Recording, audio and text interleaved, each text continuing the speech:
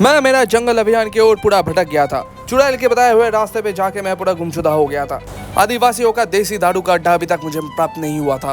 Part 2 जंगल का आने ही वाला था, उससे पहले मेरा नजर में आया कि भाई होली आ चुका है, क्योंकि चारों तरफ मेरा नजर जहाँ भी जा रहा था इंसान गिड़गिड़ा होके घूम रहे थे। जब मैंने देखा इंसान भी गिड़गिड़ की तरह रंग बदल रहे हैं तो मैं हैरान हो गया। जहाँ रंग बदलते हुए मादा गिड़गिड़िया सामने तो ही लीड करते हुए पुरुष गिड़गिड़ी से मेरा सामना हो गया था। जब मुझे एहसास हो गया कि हाँ भाई आज ही होली है तो मैंने थोड़ा रंग उड़ा दिया। नाकाम कोशिश से गुजरते हुए मुझे याद आया कि भाई मेरे ऊपर थप्पा लगना बहुत जरूरी है। पुष्पा 2 की तरह ही मेरे साथ ही मेरे ऊपर थप्पा लग रहा था ब्रांडिंग के लिए। पर होली में रंग के सिवा भी और बहुत कुछ होता है, जो कि है भांग। भांग का खूबी ही अलग होता है। इसे जितना ही आप पैशनेटली बनाएंगे उतना ही आपको पैशन दे देंगे। पर कलर को देख के मुझे मालूम चल गया था कि ये भांग नहीं पूरा जीता जाता जहर बन गया है। मैंने भावनाओं से काम लिया और दोबारा भांग पीसने में धुत हो गया। भांग पीसते पीसते मुझे पता ही नहीं चला कि कब उसके महक से ही मुझे नशा चढ़ गया है। 2 घंटे से भांग पीसते हुए मुझे पता चला कि भाई इतना भांग हमारे लिए जरूरी ही नहीं था। पर जब मौका मिला सब कुछ सफा चट करके हमें कर लिया। पर कुछ लोग मुझसे भी ज्यादा नशीली थे। या मुझे अंडरवेयर पहनने में डर लग रहा है कि रंग ना लग जाए, तो वही कुछ लड़कियां नया साड़ी पहन के ही निकल गए होली मनाने। पर लड़कियों के बीच एक चचा जरूर से मौजूद थे जो बंगला पिए हुए थे। देसी दारू का अड्डा मुझे तो पता नहीं चला था पर उनको पता चल गया था। होली के दिन इंडिया में ही कुछ टेररिस्ट का सामना मेरे से हो गया, जो कि खुद सुसाइड बॉम्बर भी थे और हाथ में बॉम्ब भी इनके पास जरूर से मौजूद। जंगी से जाने के बाद जंगियों का हमला देखते हुए मुझे कुछ लड़कियां देखने को मिला, पर चचा अभी तक एयरप्लेन मोड पे थे। उनको कल रात से कुछ भी याद नहीं है।